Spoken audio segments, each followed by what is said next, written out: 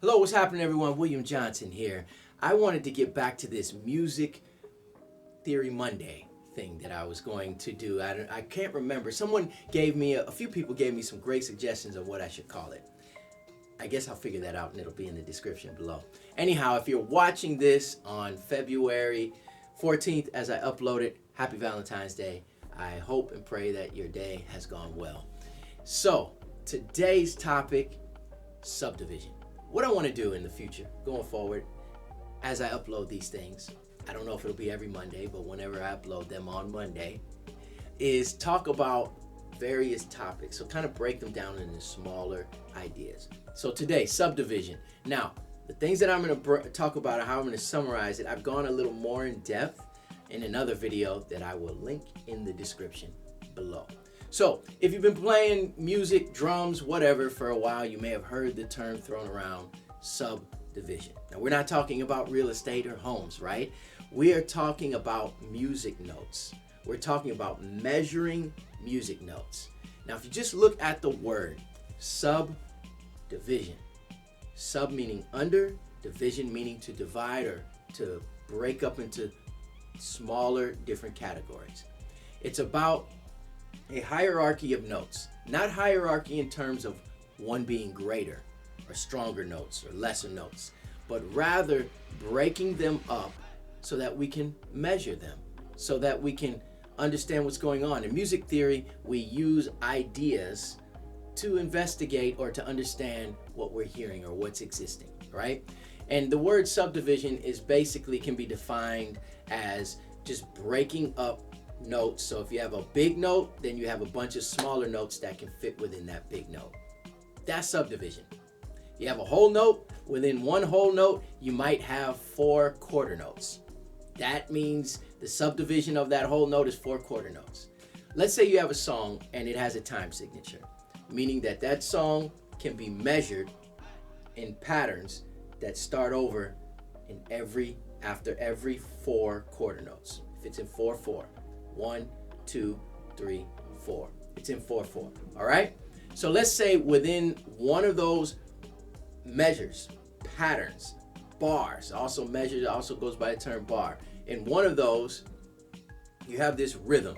And the rhythm goes after, in the same time it takes you to count to those 4 quarter notes, the rhythm actually has 8 smaller beats. Those will be, and if they're even, they'll be eighth notes. 1 and 2 and 3 and 4 and boom. I just with my hand counted 4 quarter notes, but I spoke 8 beats. 1, 2, 3, 4, and the word and in between those numbers. So 1 and 2 and 3 and 4 and count them all together, you got 8 notes. 8 notes that took me the same amount of time to count to 4. 1 and 2 and 3 and 4 and. You know what that is? That's an 8th note subdivision. Boom, right there. You're counting to 4, but you are playing or singing 8th notes. So if you have a bigger note, all the notes that fit within that bigger note are the subdivision. One of the reasons that this is useful, especially when it comes to learning how to count, when you're playing rhythms or melodies or singing, is that when we get to shorter notes, especially if you're beginning and we get to like 16th notes. So you got 1, 2, 3, 4, and then you have these 16th notes. So 1 E and a 2 E and a da da da da da da da da da. What often happens is when people get to those 16th notes, they start speeding up because the notes are shorter, and so it feels like it's faster, but it's not. And what I find is as you play and learn these different notes and you actually practice them, is to count and sing them out loud. 1 E and a 2 E and a. If you're playing with sticks, playing with your hands, whatever, you're practicing these notes to a metronome, actually say the notes out loud. Now, what you're doing is you're also learning how to count. And I'm not talking about basic arithmetic. I'm talking about in terms of music. And what you want to be able to do is to play and learn rhythms while naturally counting in your head. This is what all great musicians do, is they're playing rhythms, they're playing melodies, they're singing, but they're keeping in a track of where beat 1 is, where beat 2 is. They're counting in their head. Now, if I wanted to do that melody and sing that and then stop. Play it twice, through 2 times, and then stop on the 3rd time, right on beat 1. Then I have to know where beat 1 is. That means I have to be counting in my head, paying attention.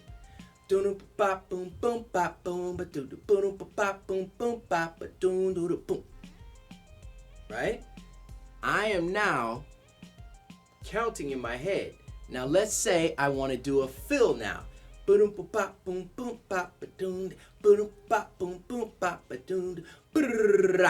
Right? Let's say that was a rhythm or a melody.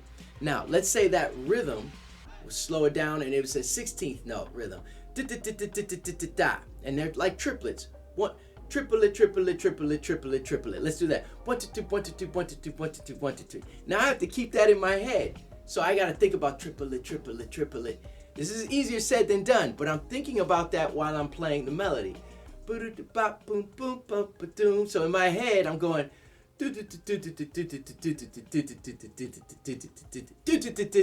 So when I get there, I was thinking about that.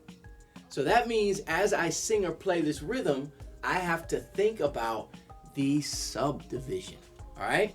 Now, let's just say I'm just playing straight 8th notes. Do, do, do, do, do, do, do, do. 1 and 2 and 3 and, because that's how we count 8th notes. 1 and 2 and 3 and 4 and right after I get to a certain place, I gotta play 16th notes. 1 E and a 2 E and a 3 E and a 4 E and a. Well, it may help to think about 16th notes in my head while I'm going 1 and 2 and. I can play it, I'll sing it. I'll play, these are the 8th notes. 1 and 2 and I'll say the 16th notes. So I'm playing along and I'm gonna sing it out loud, but let's say in the real scenario, I wasn't saying it out loud. I'm thinking because I don't wanna be singing while I'm playing the rhythm, right? So when it comes time to actually play them with my hands, they were in my brain, I'll probably nail it a little easier.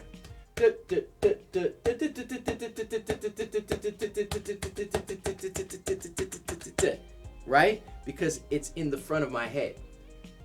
So we want to learn how to count. We want to think about the subdivision. It also helps for vocabulary's sake.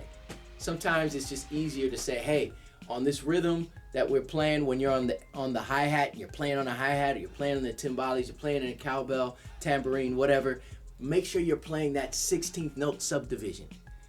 Or make sure you're playing the subdivision on that hi-hat. That's a lot easier than saying, hey, when you switch to the hi-hat, make sure you're playing it, blah, blah, blah. You could just say, hey, watch the subdivision on the blah, blah, blah, blah, blah, right? So that's all what musicians do a lot of times, is they just use shortcuts like we do in conversation. So anyhow, this is a little bit more of a conversation about what subdivision is. Hopefully I said something that helps you to understand this concept. So perhaps in the future, if you're watching my channel and I use the term subdivision, then you know exactly what I mean. Thank you guys for watching. God bless you. May heaven smile upon you, and I'll see you soon.